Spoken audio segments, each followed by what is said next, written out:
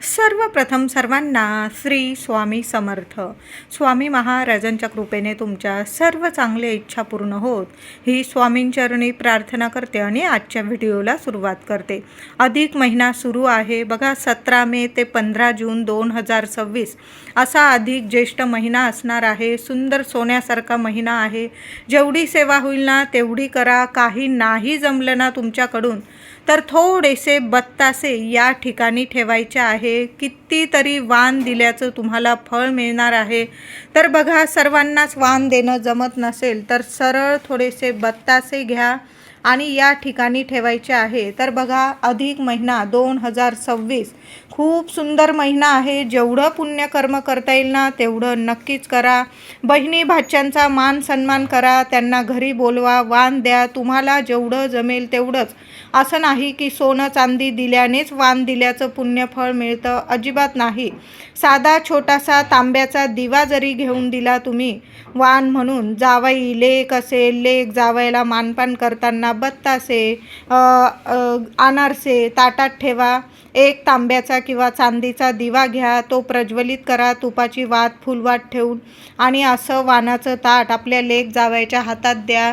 तुमचे म्हणजे भाऊ असेल, बहीण भाचे आलेले असतील घरी तर भाची असो किंवा भाचा, त्यालासुद्धा एक छोटासा तांब्याचा दिवा वाण म्हणून दिलं ना तर इतकं पुण्यफळ मिळेल की मामा मामी त्यांचं घर गोकुळ होईल. बहीण भाच्यांचे आशीर्वाद घ्यायचे असतील तुम्हाला तर अधिक महिन्यामध्येच घ्या. बघा, भरभरून पुण्यफळ मिळतं.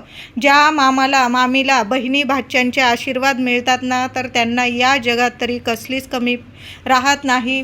तर आता सगळ्यांनाच वाण देणं जमत नाही. ज्यांना जमतं ना त्यांनी आवर्जून द्या.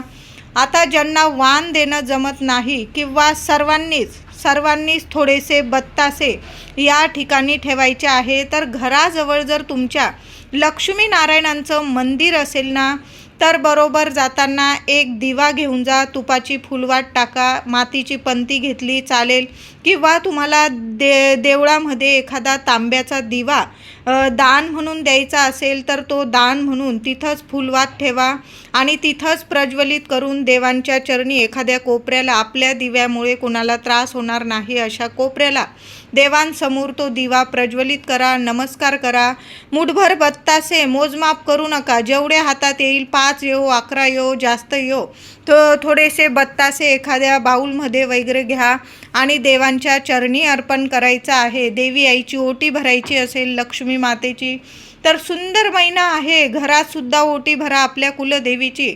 आणि घराजवळ जर लक्ष्मीनारायणांचं मंदिर असेल ना तर नारायणांच्या चरणी थोडेसे मुठभर बत्तासे अर्पण करा आणि देवी आईची ओटी भरा. ओटीमध्ये सुद्धा थोडेसे बत्तासे ठेवा. एक गोड पानाचा विडा ठेवा.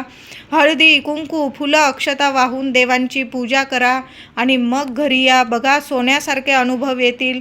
आता नसेल तुमच्या घराजवळ लक्ष्मीनारायणांचं मंदिर, विठू माऊली रुक्मिणी मातेचं असेल, तिथं जाऊन सुद्धा बत्तासे ठेवा. देवी आईची ओटी भरा.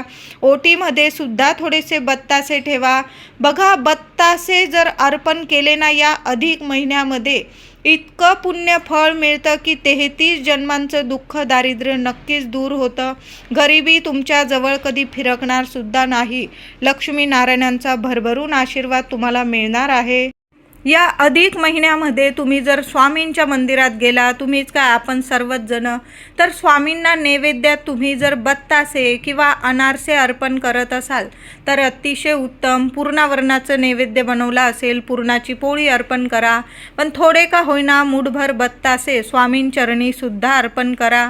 बघा, बत्तासे, गोड बत्तासे जी व्यक्ती अर्पण करते देवांना अधिक महिन्यामध्ये, लक्ष्मी मातेची खूप कृपा होते. बघा, जेव्हा लक्ष्मी मातेची आपण पूजा सेवा करतो ना, मग लक्ष्मी पूजन असो, या बत्तास्यांना खूप मान आहे, महत्त्व आहे. म्हणून अधिक महिन्यामध्ये थोडे का होईना बत्तासे मंदिरांमध्ये जरूर नैवेद्यात ठेवायचे आहे.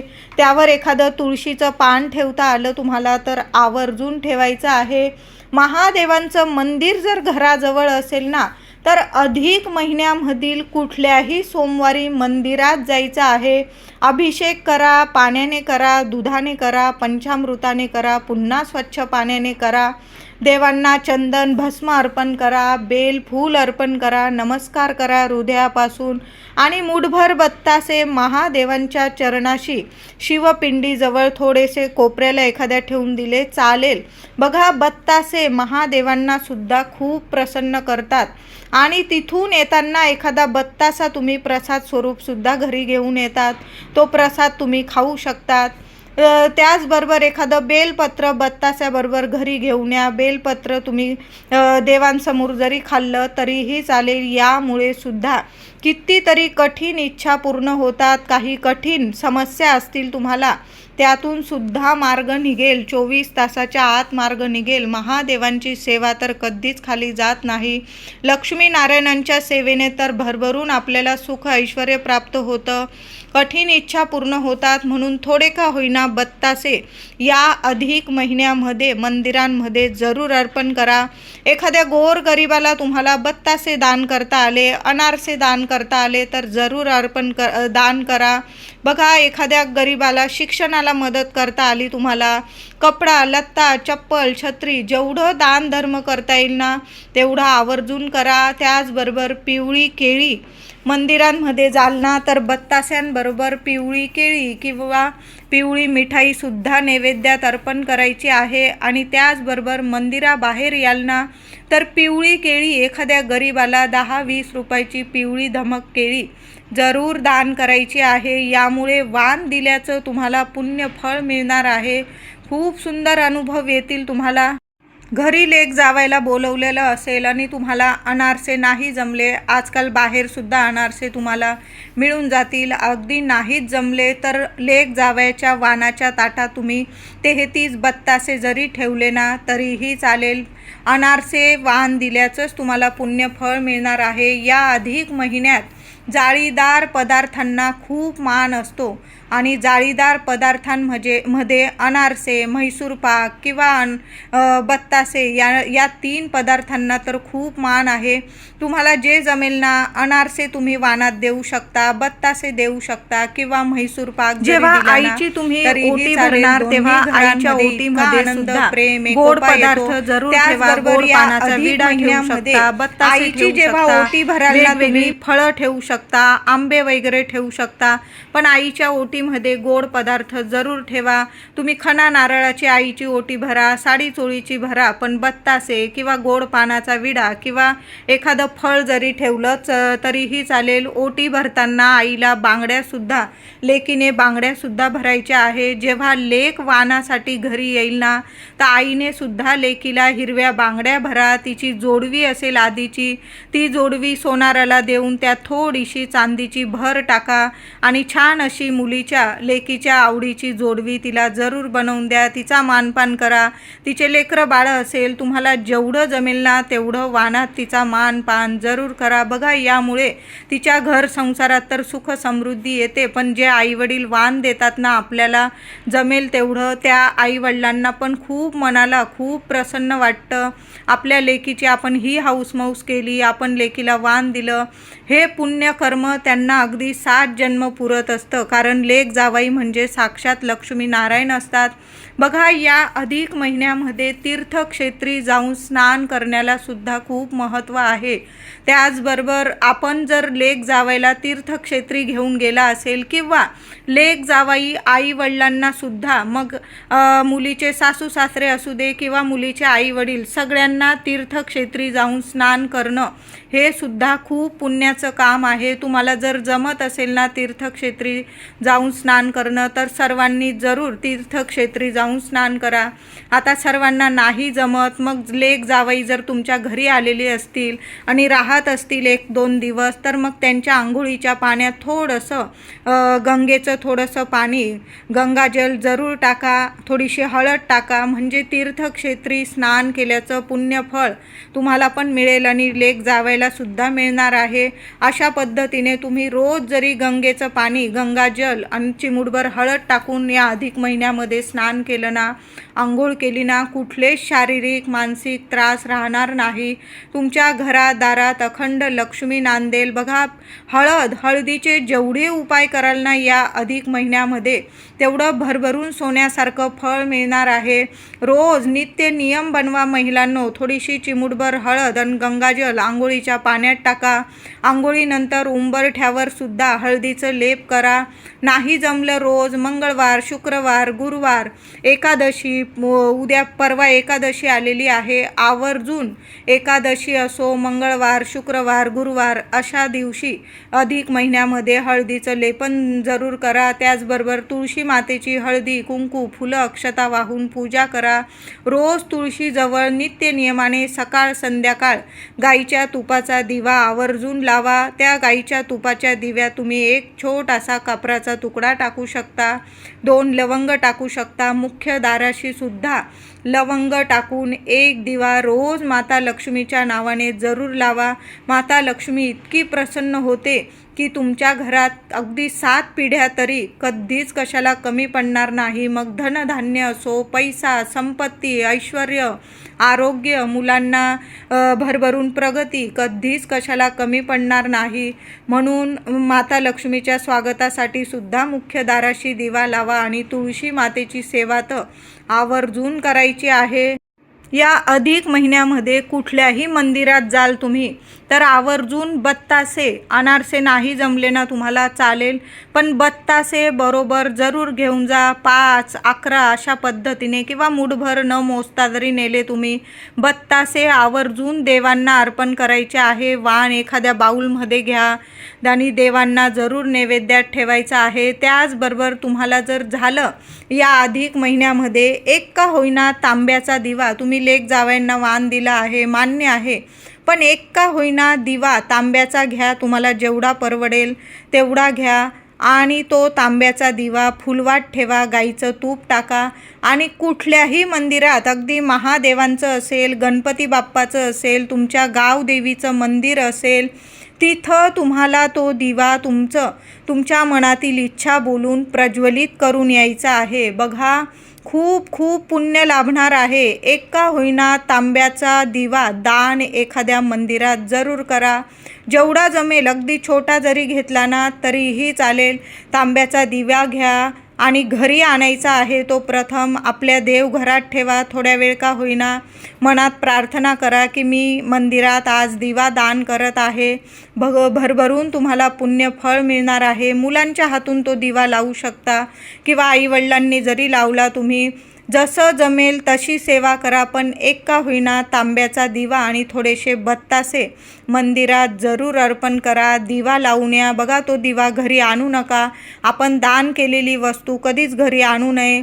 तो दिवा तुम्ही मंदिरात अर्पण करायचा आहे. बघा, तो दिवा जर तिथं मंदिरात नित्य नियमाने वापरात येऊ लागला, उपयोगात येऊ लागला, देवांसमोर तो दिवा लागू लागला, तर बघा तुमच्या आयुष्यात कधीच अंधार येणार नाही. तुमच्या 7 जन्म तरी तुम्हाला कधी पितृदोष उरणार नाही, मुलांना अडीअडचणी उरणार नाही, कधी तुमच्या आयुष्यात अंधार होणार नाही. तुम्ही जर अधिक महिन्यात एखादा दिवा दान केला मंदिरामध्ये आणि तो दिवा नित्य नियमाने रोज तिथले पुजारी असतील त्यात फुलवात ठेवून रोज देवांसमोर जर लावत असतील तो दिवा, तर बघा सोन्याहून पिवळं. म्हणून एक का होईना दिवा, तुम्ही जे मंदिर असेल तुमच्या घराजवळ, देव एकच आहे, माऊलीचं असो, बाप्पाचं असो, महादेवांचं असो, लक्ष्मी नारायणांचं, आपल्या स्वामींचं असो, तिथं एक दिवा जरूर दान करा. पण दिवा तसाच दान करू नका. फुलवात ठेवा, गाईचं तूप टाका आणि प्रज्वलित करून तो दिवा दान करायचा आहे. त्याबरोबर थोडेसे बत्तासे सुद्धा अर्पण करायचे आहे. सोन्याहून पिवळं अधिक महिन्यात काही नाही जमलं ना तरीही चालेल, पण या दानाला खूप विशेष महत्त्व आहे. अधिक महिन्यातील प्रत्येक मंगळवारी किंवा शुक्रवारी आपल्या कुलदेवीची एक सेवा जरूर करा महिलांनो. घरातल्या कुलस्त्रीने आवर्जून आपल्या कुलस्वामिनीची सेवा करायची आहे. कायम आपल्या घरादाराला रक्षण कवच प्राप्त होत असतं, तर प्रत्येक मंगळवारी, शुक्रवारी आपल्या कुलस्वामिनीच्या नावाने मंगल कलशाची स्थापना करा. नारळ तडलेला वगैरे असेल, तडा गेलेला असेल, कोंब फुटलेला असेल, तुम्ही नारळ बदलू शकता. छान असा मंगल कलश भरायचा आहे. मंगळवारी शुक्रवारी कलशातील पाणी तुम्ही बदलू शकता, पण कलश आपल्या देवघरात असायलाच हवा आपल्या कुलस्वामिनीच्या नावाने. त्याचबरोबर अधिक महिन्यातील प्रत्येक मंगळवार शुक्रवार देवी आईला गोड पानाचा विडा किंवा विड्याच्या पानांची माळ जरूर अर्पण करा. तुम्ही लवंगांची माळसुद्धा अर्पण करू शकता किंवा तुमच्या कुलदेवी आईचा मंत्र जपा आणि तुमच्या कुलदेवी आईला 11-21 लवंगासुद्धा अर्पण करू शकता. नंतर त्या लवंगा अधिक महिन्याच्या शेवटच्या दिवशी म्हणजे अमावस्येच्या दिवशी त्या लवंगा तुम्ही एका लाल कपड्यात ठेवा. त्याबरोबर एक हळकुंड, 1 रुपयाचं नाणं ठेवा. देवी आई समोर, लक्ष्मी मातेसमोर, तुमच्या कुलदेवी समोर हळदी कुंकू फुलं वाहून त्या लवंगांची पूजा करा आणि त्याची गाठोडी बांधून तुम्ही तुमच्या तिजोरीत किंवा तुमचं दुकान वगैरे असेल तिथं गल्ल्यात वगैरे सुद्धा ठेवू शकता. यामुळे पैसा येऊ लागेल, बरकत राहील, लक्ष्मी स्थिर राहील. पण आवर्जून ही सेवा करा. त्याचबरोबर देवी आईला कुंकुमार्चन करा. 11 वेळा करा, 21 वेळा करा. देवी आईला कुंकुमार्चन करा. घरात अन्नपूर्णा मातेची मूर्ती असेल तर छान धान्य अर्चन करा देवी आईला. हळदी कुंकू फुलं अक्षता वाहून आपल्या अन्नपूर्णा देवी आईची सुद्धा अधिक महिन्यात जरूर सेवा करा. तुमच्या कुलदेवी आईची सेवा करा. लाल फुलं असतील, मंगळवारी गणपती बाप्पाला सुद्धा अधिक महिन्यातील प्रत्येक मंगळवारी शुक्रवारी गणपती बाप्पाला सुद्धा लाल जास्वंद किंवा लाल रंगाची फुलं अर्पण करा आणि देवी आईला सुद्धा लाल रंगाची फुलं जरूर अर्पण करा. बघा, गौरी माता म्हणजेच आपली माय माऊली लक्ष्मी माता आपली कुलस्वामिनी आहे. गणपती बाप्पासोबत आपल्या माय माऊलीची सुद्धा सेवा करा. इतके सोन्यासारखे अनुभव येतील तुम्हाला. एखादी वेणी अर्पण करा देवी आईला. लाल फुलं अर्पण करा. खिरीचा नैवेद्य बनवता आला या अधिक महिन्यातील मंगळवारी शुक्रवारी देवी आईला खिरीचा नैवेद्य दाखवा. थोडी केशर असेल तर खिरीत आवर्जून टाका. नसेल मखाने वगैरे असतील तर त्याची सुद्धा खीर तुम्ही बनवू शकता. देवघरात देवांना नैवेद्य दाखवा आणि संपूर्ण घरात प्रसाद स्वरूप तो वाटू शकता तुम्ही. आणि संध्याकाळी देवी आईची आरती करून झाल्यानंतर कापूरसोबत तुम्हाला 5 लवंग किंवा 2 लवंग आपल्या कुलदेवी समोर जरूर जाळायच्या आहे. संपूर्ण घरात तो कापूर धूप पसरवा. यामुळे घरातली जी नकारात्मकता आहे, काही वास्तुदोष, पितृदोष, कुणाची नजरबाधा झालेली असेल, अडीअडचणी येत असतील, संपूर्ण नष्ट होईल. कुणा शत्रूची नजरबाधा लागलेली असेल, नष्ट होईल. आणि आपल्या माऊलीचं म्हणजे आपल्या कुलस्वामिनीचं आपल्या घरादाराला एक रक्षण कवच, मजबूत रक्षण कवच प्राप्त होतं. मुलांची प्रगती होते.